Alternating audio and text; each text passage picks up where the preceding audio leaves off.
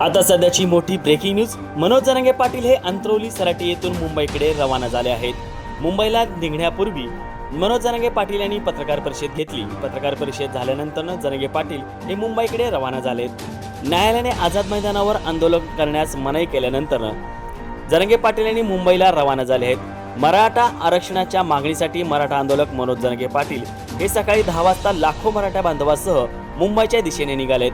29 August रोजी सकाळी 10 वाजल्यापासून मनोज जरांगे पाटील हे मुंबईच्या आझाद मैदानावर आमरण उपोषण करण्यास सुरुवात करणार आहेत। या आंदोलनासाठी महाराष्ट्रातील सर्व जिल्ह्यातून लाखो मराठा बांधव सहभागी होणार आहेत।